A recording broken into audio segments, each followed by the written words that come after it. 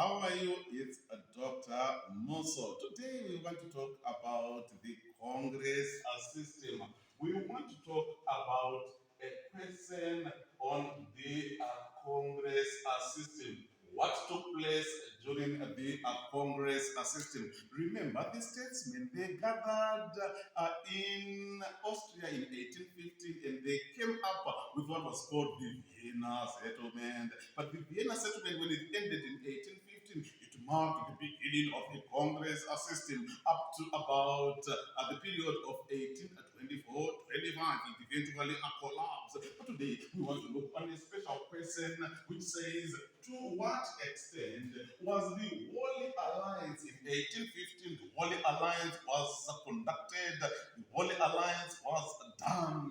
So this Holy Alliance, was it a major contributory factor? Did it contribute to the collapse of the Congress system? So this is our question. What extent was the Holy Alliance the major contributory factor to the collapse of the Congress system? So the Congress system, we are saying that it collapsed because of the Holy Alliance. So we are going to divide our question into two.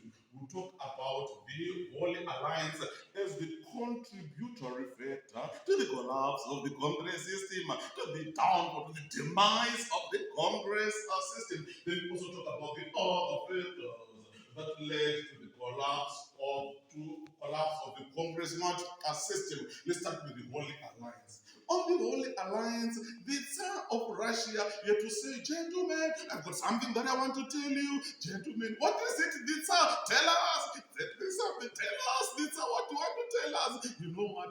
Let's embrace holiness to the areas, to the countries, to the states that we are controlling. Let's be holy to these small states that we took on the Vienna settlement. So if you do that now, if you embrace holiness in the small states that we are controlling, we are going to be good leaders. Who are you? I am what a Casurate from Britain.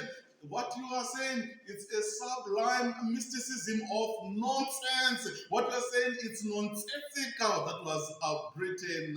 Then we see about Metternich of Austria here to say it was a sin that what he was saying, it was not making sense. It was a high loud of nothing. What he was saying, it was also nonsensical. So we see him being criticized. It was a high sounding nothing, and it was also a sublime mysticism of what? Of a nonsense. So we see the Tsar of Russia being criticized, the Tsar of Russia being downgraded by Britain and Metternich of Austria. So we are now saying that the Holy Alliance, it led to the collapse of the Congress system. Why? It is because of divisions. So we talk about divisions because of this Holy Alliance, a high sounding nothing, a sublime mysticism of nonsense. So those sentiments by Britain, by Austria, led to the collapse of the Congress system. They revealed that the Congress system, it was not going to last for a long period of what?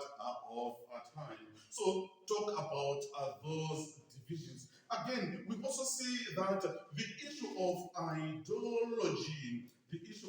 ideology, here on the Holy Alliance revealed that the Congress system, it was not going to last for a long period of time. Why? Because Britain believed in parliamentary democracy, and we see that the other countries do not believe in parliamentary democracy. So the differences in terms of ideologies revealed that the Congress system was not going to last for a long period of time. But however, it was not only the Holy Alliance that contributed to the collapse of the Congress system. There were also other factors that led the Congress system to a collapse. Number one, let's talk about the differences at the Congress of Alex La Chapelle. At the Congress of Alex La Chapelle, the big powers, they clashed. Number one, they clashed on what was supposed to be done on the revolts that were taking place in Italy and also in Spain. People in Italy, people in Spain, they did not want the leader, Ferdinand VII, who was restored in Spain. So they had to clash on what specifically they were supposed to do to stop the revolts in Spain and in Italy.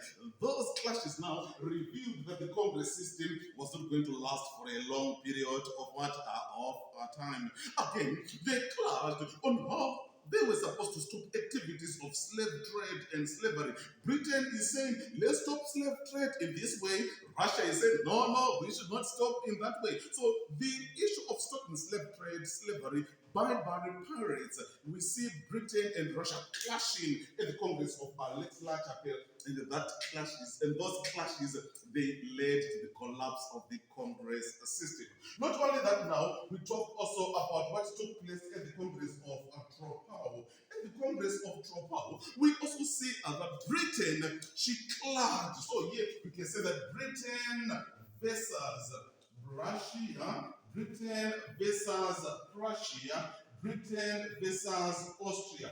They clashed on how they were supposed to stop revolts in Spain and in Italy, and they had to adjourn. When they adjourned, when they met again, we see that they could not agree on specific actions that were supposed to stop revolts in Spain and in Italy. So those clashes, those differences, they contributed to the collapse of the Congress system. Not only that, now you also talk about the Congress of Leibniz. At the Congress of Leibniz, we see that Russia, Prussia, and Austria, they to deploy troops to go and stop revolts in Spain and in Italy, but Britain was against that. So the three countries again, they acted against what Britain wanted, that again contributing to the collapse of the Congress system. Then you move on, you also talk about the Congress of Verona. At the Congress of Verona, we see revolts taking place in Greece and Russia intervened, but Britain did not want that. So we see again Britain viewing Russia with suspicion. So jealousy and suspicion contributed to the collapse of the Congress system. Why? It is because Russia intervened alone and stopped the revolts that were taking place in Greece. Britain did not want that. And we also see that later on now, Britain yet to call these countries, Prussia and Austria, and did not invite Russia when the revolts took place again in Greece in 1823. So that on its own, it revealed that there were elements of jealousy and suspicion. These elements contributed to the collapse of the Congress system. Then you move on to talk about the Monroe Doctrine. On the Monroe Doctrine now, Britain is now to ally with USA. USA, come. Any country that is going to threaten our South American colonies, we talk about Brazil, Mexico, Chile, and Colombia. If you attack, if you try to do anything with these South American colonies, we are going to attack you. So Britain now is now aligning with what USA at the expense of Russia, Prussia, and what? And Austria. That on its own clearly revealing that the Congress system, it was not going to last for a long period of time. Then we've got other factors that also led to the collapse of the Congress system. Which were these? You talk about they did not have a constitution.